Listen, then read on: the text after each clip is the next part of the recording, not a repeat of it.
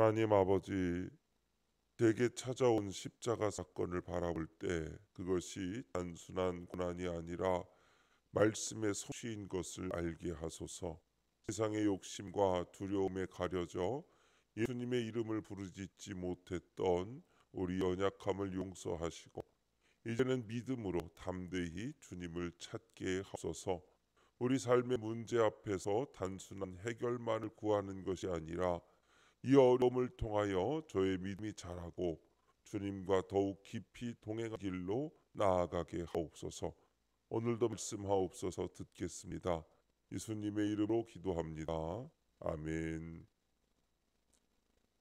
성경 말씀 누가복음 18장 31절부터 43절까지 말씀입니다.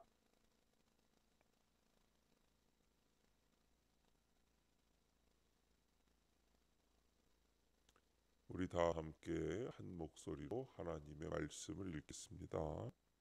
예수께서 12 제자를 데리시고 이르시되 보라, 우리가 예루살렘으로 올라가니 선지자들을 통하여 기록된 모든 것이 인자에게 응하리라. 인자가 이방인들에게 넘겨져 희롱을 당하고 능욕을 당하고 침뱉음을 당하겠으며 그들은 채찍질하고 그를 죽일 것이라. 그는 3일 만에 살아나리라 하시되 제자들이 이것을 하나도 깨닫지 못하였으니 그 말씀이 감추었으므로 그들이 그 이르신 바를 알지 못하였더라. 여리고에 가까이 가셨을 때에 한 맹인이 길가에 앉아 구걸하다가 무리가 지나감을 듣고 이 무슨 일이냐고 물은데 그들이 나사렛 예수께서 지나가신다 하니 맹인이 외쳐 이르되 다윗의 자손 예수여, 나를 불쌍히 여기소서 하거늘 앞서가는 자들이 그를 꾸짖어 잠잠하라 하되 그가 더욱 크게 소리질러 다윗의 자손이여, 나를 불쌍히 여기소서 하는지라. 예수께서 머물러 서서 명하여 데려오라 하셨더니 그가 가까이 오매 물어 이르시되 네게 무엇을 하여 주기를 원하느냐. 이르되 주여, 보기를 원하나이다. 예수께서 그에게 이르시되 보라, 내 믿음이 너를 구원하였느니라 하시매 곧 보게 되어 하나님께 영광을 돌리며 예수를 따르니 백성이 다 이를 보고 하나님을 찬양하니라. 아멘. 기록된 모든 것이 응하리라 라는 제목으로 말씀의 은혜를 함께 나누겠습니다. 본문 요약입니다. 예수님은 제자들에게 십자가와 부활 사건이 선지자들을 통해 기록된 말씀의 성취라고 알려주십니다. 제자들은 이 말씀을 깨닫지 못하지만 맹인 예수님이 다윗의 자손임을 알고 외칩니다. 이에 예수님이 맹인에게 내 믿음이 너를 구원하였다고 선포하시며 그의 눈을 고치십니다. 첫 번째, 말씀이 감추었으므로 31절부터 34절입니다.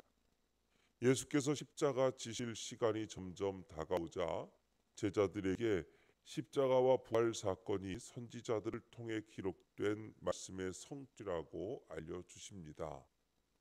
여전히 말씀을 깨닫지 못하는 제자들을 끝까지 양육하시는 것입니다.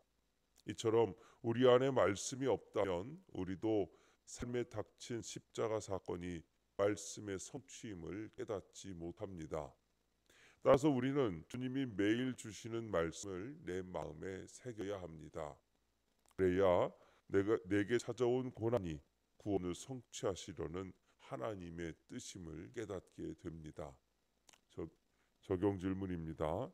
말씀 응하여 내 삶에 찾아온 십자가 사건은 무엇입니까? 우리에게 찾아온 십자가 사건은 단순한 고난이 아니라 하나님의 뜻을 이루기 위한 과정임을 깨달아야 합니다. 때로는 예상치 못한 어려움과 시련 속에서 좌절하고 싶을 때가 있습니다. 그러나 주님께서 제자들에게 십자가와 부활의 사건이 선지자의 예언을 성취하는 것임을 가르쳐 주셨듯이 나의 고난도 말씀을 통해 해석될 때 비로소 하나님의 뜻을 깨닫게 됩니다. 우리는 삶 속에서 이해할 수 없는 아픔과 실패를 경험하게 됩니다.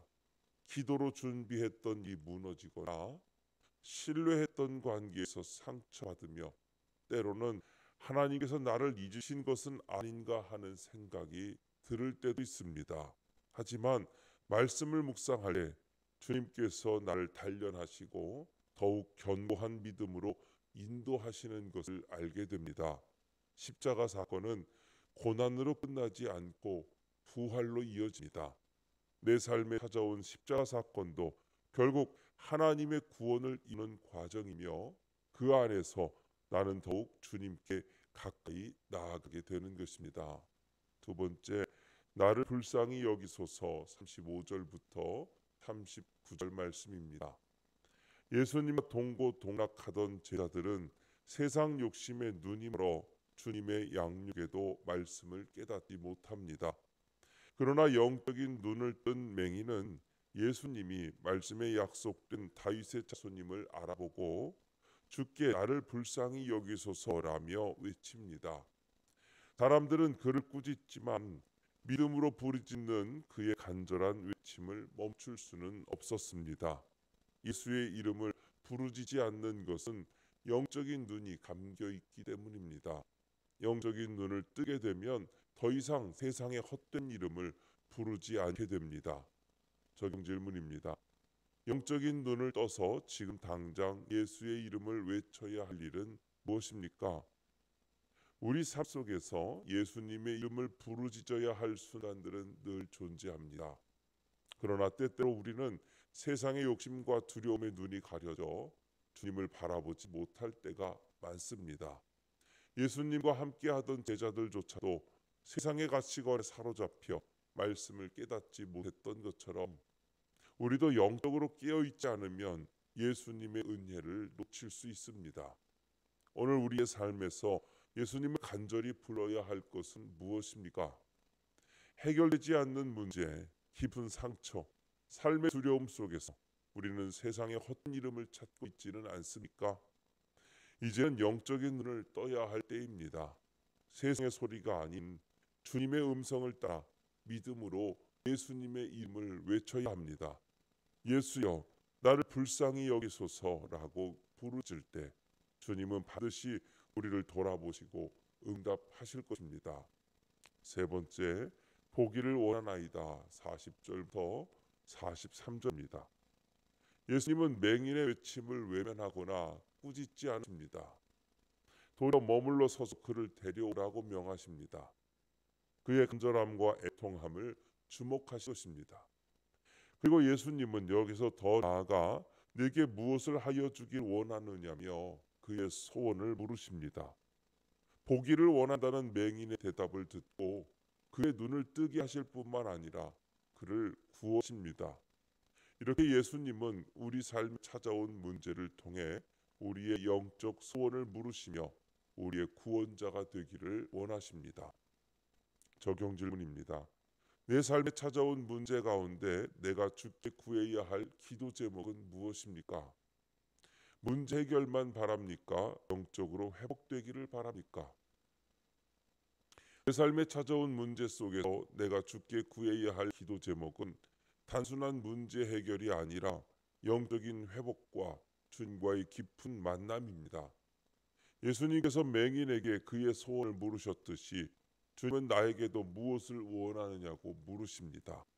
나는 이 상황에서 단순히 어려움 해결해 달라고만 구하는 것이 아니라 이 문제를 통해 우리 믿음이 자라나고 주님과의 관계가 더욱 깊어지기를 바라야 합니다.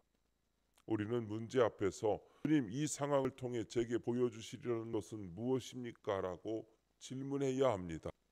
내가 처한 상황이 재정적 어려움이라면 풍요로운 삶 대신 주님을 신뢰하는 마음을 구해야 합니다.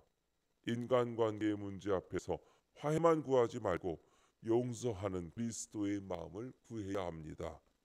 건강 문제에서 치유보다 먼저 고난 중에도 충만한 주님의 평강을 구할 줄 알아야 합니다.